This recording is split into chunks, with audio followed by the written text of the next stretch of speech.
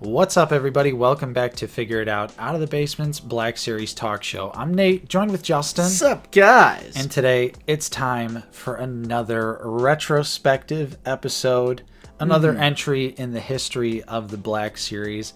This time, we are covering Wave 7. Yes, we were dangerously close to our first Black Series history mystery. Yes. We had to do some deep digging into our research today for the case assortment, but we managed to figure it out. Mm-hmm. Wait a minute. Did you just say? Before we jump into it, don't forget to leave a like, subscribe if you are new. So, Justin, we are still in the blue line. Yep, still in 2014. Mm-hmm.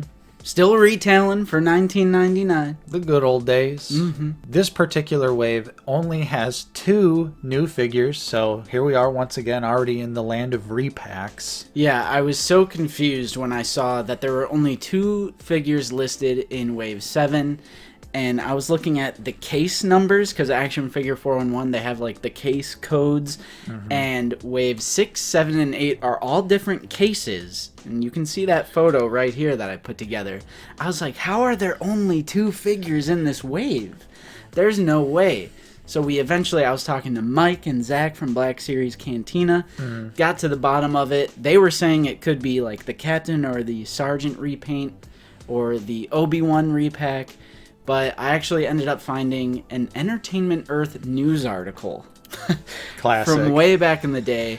And yeah, this is obviously 4 figures. A lot of the earlier waves were only 4 figures, and I'm assuming they were pretty much all double packed. But yes, there is 2 repacks in this wave.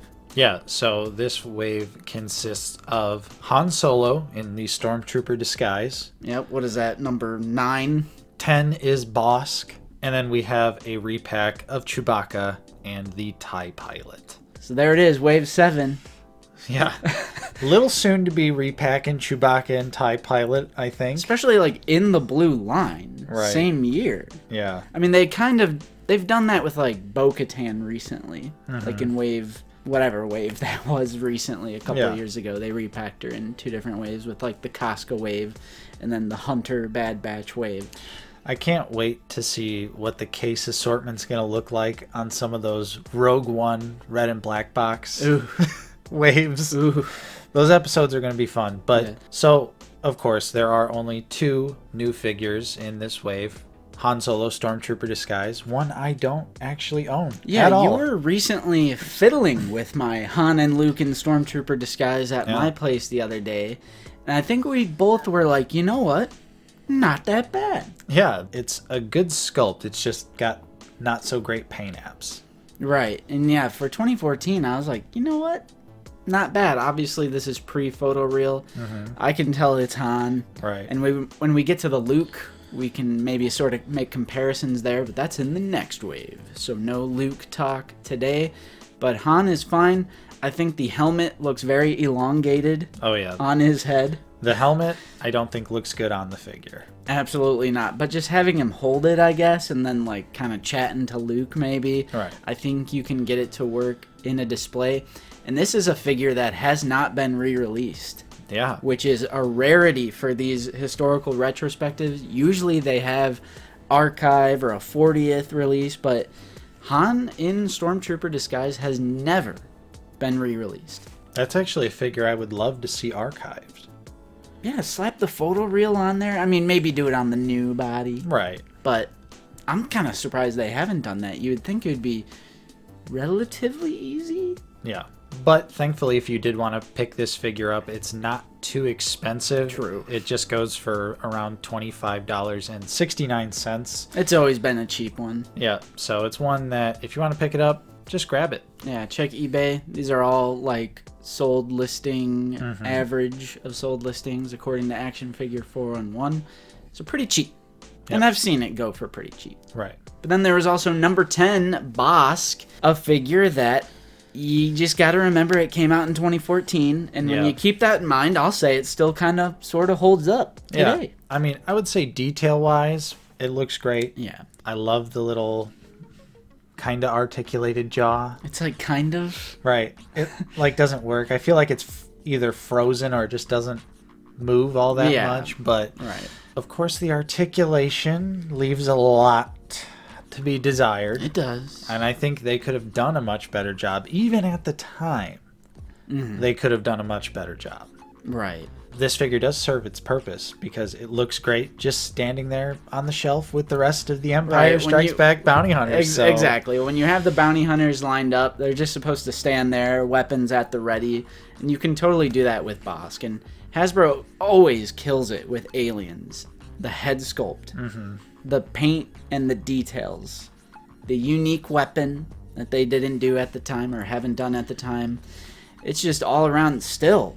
I feel like it holds up just visually. Yeah, this is one I actually have the archived version of as opposed to the original release. Yeah, it did get archived in the first wave. Yeah, and it, might not seem like much, but the updated paint apps do actually make a pretty decent difference between the two figures. The Bosk is the more expensive out of the pair here. It averages for about $61.39. More on Amazon. Same thing with as always. Yeah, same thing with the archive. The price is getting up there. It's worth $51.81. More on Amazon. I like it. Yeah. I like it. I think it's a solid figure. Would I like a more articulated Bosk with a better working jaw? Absolutely. Ooh, with like butters and like the modern Black Series articulation. Yeah, because let's face it, this Bosk, can't hold the blaster with both hands. You really got to stretch your imagination. True. So, with that being said, though, I still think, like we said, this figure does serve its purpose, though, so I still like it, too. I think it's great. Yep. And then the two repacked figures, numbers 4 and 5 in the blue line, Chewbacca and the TIE Pilot. Sure. Feels like a little too soon. Because I have to... Same year. I have to imagine you could still pick up the previous waves. TIE Pilot, it's an army builder. Right. I support that. I would take two. I have more than one. Right. TIE I do as pilots. well. You need two flanking Vader to recreate the scene from A New Hope. So, I don't think TIE Pilot is a bad choice, but Chewbacca so soon... Maybe it had to do with like the Orange Line release that they were supposed to do, and then that didn't work. Yeah. I don't know, but it's fine. Yeah. I mean, it also just goes to show that Hasbro has always been repacking things. Since the very beginning, we have had repaints and repacks. Especially in the Black Series. Especially in the Black Series. It's always been that way. Please... take me back. Yeah, I don't want to... 50% repaints in this wave. Or repacks. I don't want to go back to this. I really don't. Me neither. So, Justin, there is also a deluxe figure to discuss that has two different versions as well. True. This is, of course, Jabba the Hutt. Yes. Jabba's an anomaly in the Black Series. Such a weird figure. They went with the half plastic, half rubber with this weird gimmick where his mouth moves if you move his arm. Right. We'll talk about the standard release first because this does have an incredible SDCC exclusive both in 2014. We both have the standard version that retailed for $39.99 and it's just Jabba. That's it. It's just the slug. Just Jabba. $40 gets you just Jabba. Think about, even for 2014, do you think that's kind of steep, actually? Yeah, it definitely is pretty steep, and that's why Jabba actually peg-warmed for a very long time, because I bought my Jabba the Hutt on clearance off of HasbroToyShop.com. Nice. I think I literally paid like $8.99 for it. Yeah, I think I paid $20 for mine at a used media store local to our area. So I think people at the time also agreed with that. Yeah. Because this particular version sat. Right. The paint applications, I'll say they're pretty decent. Yeah, I think it's a good looking figure. Like the lower torso needs more work because it's just so jarring. Yeah. Because it definitely, you're like, oh, this is two different materials right now. Right. But the face, I think, looks great. This does have it literally has the Buzz Lightyear karate chop action It's it's an arm that you push the arm down and his mouth opens and closes. Yeah. I really don't like that for the Black Series because to me it seems more like an adult collector line. Yeah. And I don't want gimmicky stuff like that. Especially when to achieve this gimmick, they had to, put it with the soft rubber material. And, who's to say that this stuff doesn't deteriorate at some point in time? I mean, look at IG-88. Yeah, true. I mean, mine still looks pretty decent. Mine does too, but, who's to say another 10 years from now, that figure starts to deteriorate, and they could have avoided that if they just would have not done the weird gimmick. But that's the only articulation is the arms and the mouth gimmick. No other articulation. You don't necessarily need any articulation on Jabba, because if they would have done a tail, you would have saw the joints. Yep. And I don't like that. That Jabba is worth just under $60 today. It did get devalued a little bit, which we'll talk about at the end with a re-release of actually the SDCC 2014 set that also came out that retailed for $65. This was back in the day when con exclusives were impossible to get and they were highly desirable. Yeah. So please listen when I tell you. The modern con exclusives being these like weird, wacky Darth Vader red and black repaints. Yep.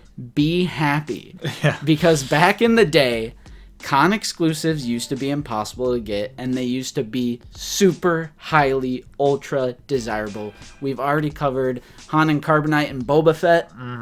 I mean, the Han and Carbonite was frozen. It was locked behind an SDCC multiple $100 paywall. Yep. Same thing with SDCC Jabba. That came with the hookah. Oh. It came with Salacious Crumb. Yes. Oh gosh, it came in a super dope box. And a cardboard throne.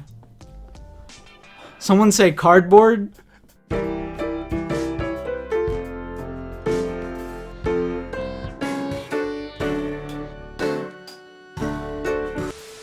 This set was amazing. Yeah. This was definitely a grail for the longest time, especially because it was the only way to get Salacious in the line as well. So another figure that was locked behind a massive paywall. And it's always just looked so good. It's one of those sets where I feel like you almost don't even need to open it. Right, the presentation is so good. It's the same Jabba, of course, and that's fine. But according to Action Figure 411, it is worth $140.47. But I would claim it's even higher than that. When you think of used media shops, every time I've seen it, Kokomo Toys, Crown Point Toys and Collectibles, it's all in the 200s. Amazon, easily over 200. Super desirable. Thankfully, Salacious Crumb got a retool and a re-release in the Creature Pack, the Galaxy's Edge Creature Pack. This SDCC set is also getting re-released today in like a 40th Return of the Jedi Kenner set. Hasbro Pulse exclusive. Maximum nostalgia packaging. $89.99 comes with the arm cradle thing, the hookah Salacious, the retooled with the knees and everything. And that one's $90. Yep. People are complaining about the price on there, including myself. But, I mean, it could be $400 of the SDCC set. Right. But it's still a lot, for sure. Yeah, especially to pay that much for a figure that's from 2014. True. Overall, Jabba's been an enigma. I've kind of hoped that they would have done a complete retool of them. But they're not. Yeah. So we're stuck with this Jabba. Which I'm fine with. You get them on the Return of the Jedi shelf, put Slave Leia down there, Salacious, get the guards around, the Gam guards. Looks fine. Yeah. Looks great, honestly. I don't really have a whole heck of a lot of complaints. Right. It's one of those figures where it serves its purpose. It's just like Bosk. You just need Jabba to sit there. And that's what the figure does. You don't need a ton of awkward articulation and joints to break up the tail and all that. I agree. It's a good point. Although I guess we could do a giant bendy tail. True. But then it would literally... So you can have it flapping as he's getting choked by Leia. Right. Yeah. but I still think it's fine the way it is. Mm. And I can totally see why they're just like, yeah, we're just going to re-release this again. I'm cool with it. This was a solid wave. Yep. 2 new characters, pretty desirable characters. Mm-hmm. Solid wave, solid period of time in Black Series history. I really like the Blue Line. Yeah, Blue Line has some great choices. There's still tons of awesome Blue Line figures to talk about in the future. True, I think we have 2 more waves. 2 or 3. I think 2, though. And there's some real goodies in those upcoming waves. Mm-hmm. But those will be for a different time. True. And so that is all we have for you on this week's retrospective look at the Black Series, covering Wave 7 of the line, all the way back in 2014. Mm-hmm. Hopefully you enjoyed it. If you did, don't forget to leave a like and subscribe if you are new. We're always talking about Star Wars The Black Series here on the channel. And if you'd like to support us in a more direct manner, we do also offer a channel membership for 99 cents a month. We are also doing a monthly giveaway for all channel members as well. True. We are giving away a Hunter, Bad Batch Season 1 Hunter. Mm-hmm. Hit that link and join. 99 cents a month gets you entered. We're picking a winner on July 2nd, so join the channel membership for a chance to win Hunter. And then after that, we're giving away a bunch of different figures every single month. True. Join that Discord too. Shout out to the people who submitted photos Yes. for the Black Series historical retrospective. So if you'd like your figure photography to be featured, join our Discord. Go to the historical submission text channel where we talk about like the upcoming figures that we're going to be talking about, and submit your photos. Who knows? Maybe you could get featured. Big shout out and special thank you to our current channel members. Your continued support is truly appreciated. And thank you to everyone else out there for watching. I'm Nate. I've been joined with Justin. See you guys later. And we will see you all next time on Out of the Basement.